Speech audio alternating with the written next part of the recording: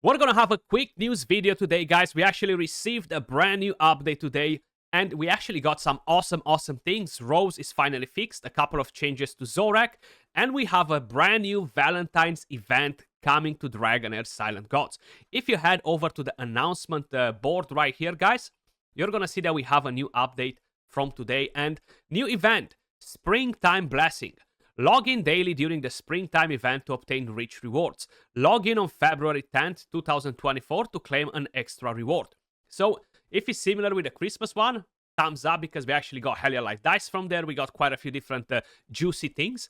And the event period starts from the 3rd of February, which is in a couple of days, and it lasts all the way up to the 14th of February. Now, of course, it's not called the Valentine's event. It's called the springtime event, but there is no spring just yet. April. That's when we're looking towards spring. Then, of course, if you invite your old friends to return, you can receive generous rewards. I'm not sure exactly what. We're gonna check that too. And this is a different event period as well, starting from the 3rd of February. So don't rush to it just yet.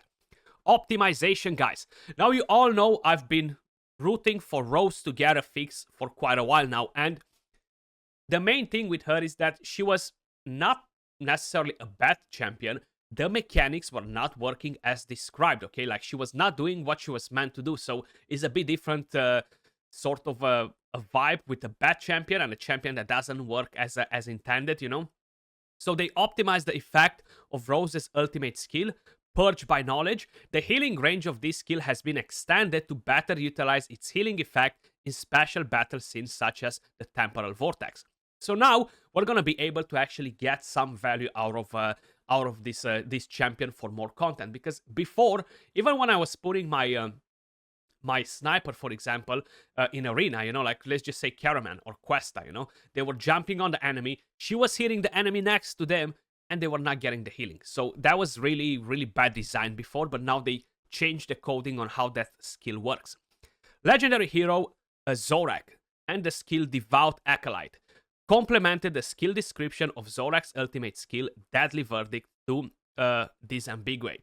So I had no idea. I never paid attention. I'll be very honest. I never paid attention of how his skill was working.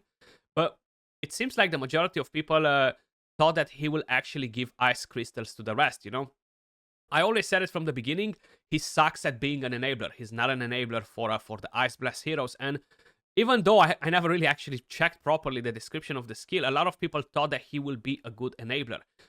I said he's not a good enabler based on my testing rather than actually reading the kit, so I never really realized that he had a wrong description in there. But apparently they fixed that, so now it's crystal clear that he's not an enabler. But I'm gonna show you what exactly they changed. It didn't really affect his performance. His performance stays exactly the same as before. Then, the very good news, extended the upper limit of base stamina, added the reserve stamina feature. So this is an amazing thing, because a lot of the times I'm constantly telling you, make sure you don't have any stacked stamina. Use it all the time so it constantly regenerates. Well, if by any chance you cannot do it, now you're gonna have a reserve of stamina where the stamina will just slowly add up, and then you're gonna be able to transfer it from your reserve to the main stamina supply, you know, which is an amazing feature. Every other game out there that works on stamina should take notes right here from Dragonheir and copy paste this feature, because it's amazing, okay? It's absolutely top notch. So if a player has been offline for several days, they will be able to withdraw reserve stamina, which will help them catch up more easily. Very good thing, especially for the casual players. And the stamina upper limit, guys, was increased from 120 to 150. Now, there are a couple of different things that I do want to mention about that topic once we're going to get to it. Then they optimized the multiplicative challenge mechanics. When multiplicative challenge is on, the upper limit of auto raid will now be decided by the number of auto raid tickets. When the remaining stamina is insufficient for the multiplicative challenge, but still sufficient for the basic auto raid, then the challenge still continues. Otherwise, the challenge will be stopped. I'm not 100% sure exactly what they're talking about here, but we're gonna see that too. And they just fixed some different bugs, you know. Let's actually head over to some place that requires stamina, and the best example, let's go to the Goblin, because we all love to live in the Goblin's lair. So right here, you see the stamina goes all the way to 150. Now the regeneration time for stamina, guys, is still the same, okay? That did not change. Now, what I would like the developers to change, so please, if you're watching this video, please up the stamina for from the bread. Like, this still gives 120. This should give 150 now. The small one should give 75 now. If they would do that, it would be absolutely amazing too. Such a good thing. And on top of it, guys, like, I know a lot of people are complaining about stamina. A lot of them are not complaining about stamina. I do think we should get a bit of more stamina for whoever desires to play the game longer than how long we're playing it now, you know? And yeah, it would be an awesome thing if they would increase this to 150 because the cap increased too. It would make more sense considering that they haven't decreased the cooldown on how fast the energy recharges, you know. Then, at Convert, that's where your reserve stamina will be stored. So when stamina exceeds the upper limit, reserve stamina begins to recover over time, but it will take 20 minutes per stamina to recover. Of course, there are many other things that they can improve in Dragonheir, guys, and how I mentioned it in the previous video, I'm gonna give this game a year and see how they're evolving from here. I know they will learn from season to season. So far, the changes that I've seen every time they're doing an update, they're pretty positive changes, you know, so I do have pretty high hopes, and I'm looking forward to see what other things are changing. Let's check Rose, guys. What exactly happened to Rose? So, I don't necessarily think that she will be game-changing for the Vortex. She will not heal your entire team, but she's definitely much better than before. So let me just quickly show you. At least now you can use her in the Vortex, you can use her in the Grave of Rot, you can use her in more content. So if we're gonna go at Gallery, Radiance, and Rose. So the skill that had issues was the ultimate.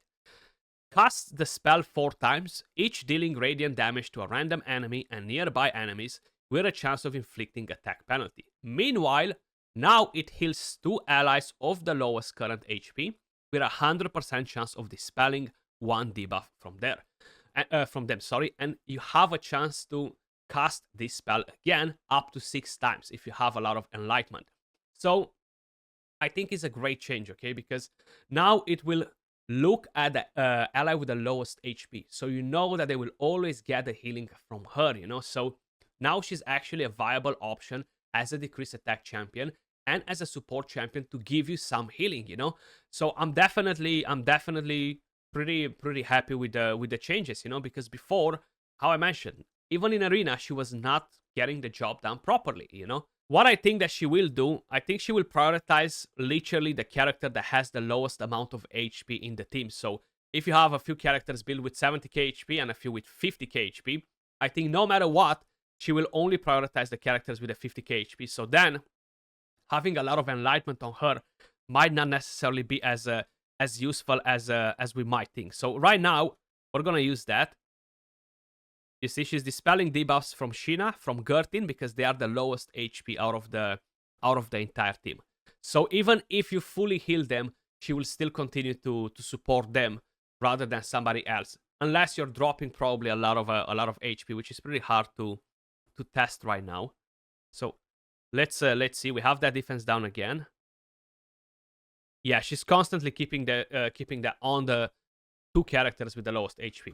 So either way, you got some support now for the squishier characters, you know. So while you have the decreased attack, while you have the decreased speed penalty on the boss too, while you have a good character to land the defense down from Crown of the Unclean or Witch's Remains, is definitely a good thing. And with the Vortex, having the decreased speed penalty on the boss, it actually helps you a lot to survive longer, because right now he's going to stack his skills much slower than before, you know. So having Rose with an insane amount of skill haste, so she's constantly pumping up her skills, is going to be very, very good, you know. Having this extra thing in here to enable a better survivability is going to be a much better thing. So this is a positive thing in my opinion. Let me know your thoughts in the comments down below. What do you think about her so far? I know a lot of you guys have her. A lot of you guys scrolled her as well. How you may notice, mine is not scrolled for the moment, and I'm not rushing to it. My Vortex team is doing just fine, and without Beldele, I cannot really get more damage out of the Ice Blast team. So my priority right now is to prepare teams for the world bosses, you know, when they come in the other world event. So that's my main goal, you know. So I'm gonna have to scroll different legendaries that I have available. But talking about Zorak, so if we're gonna go to Frost, Mr. Zorak. So basically, his passive has this thing: deals derivative cold damage with a chance of gaining a stack of ice crystal every time he is actually using his icicle, you know, when he fires the icicle. Now, a lot of people, I didn't really thought about it honestly before, but a lot of people thought that every champion that gains his passive will actually have a chance to fire icicle and gain ice blast stacks, you know, but the ice crystals. But that's not the case. So the passive, meanwhile, all ice blast allies gain the effect of Zorak's passive skill for 15 seconds. Except for the heroes, other allies cannot gain ice crystals by casting icicles. Okay, so this is actually a new description in the skill because people expected him to enable the rest of them to gain ice crystals. How I mentioned, I never paid that much attention to him. I've just seen instantly that he doesn't do the job, so I just assumed that he's not a good enabler. You know, I didn't really pay that much attention. So a lot of you guys did, and clearly the devs decided to change the description to be more accurate with what the champion actually does. So that's a good thing. I wish he would generate the crystals for the rest of the team because they will be pumping out more damage like that. You know, he would be a good enabler next to Sheena. So you could replace Sheena like this, but it's not the case. So he's still going to do the exact same damage as before. Nothing actually changed in his kit. His damage won't be less than it was before, guys. So it's literally the only thing that they changed is the skill description. Let me know your thoughts in the comments down below. I definitely think that we are on a positive way. Looking forward to see more positive changes in Dragonheir Silent God. So devs, please bring us some more good news in the near future. That was all for the video. Much love, and I'll catch you all in the next one. Peace.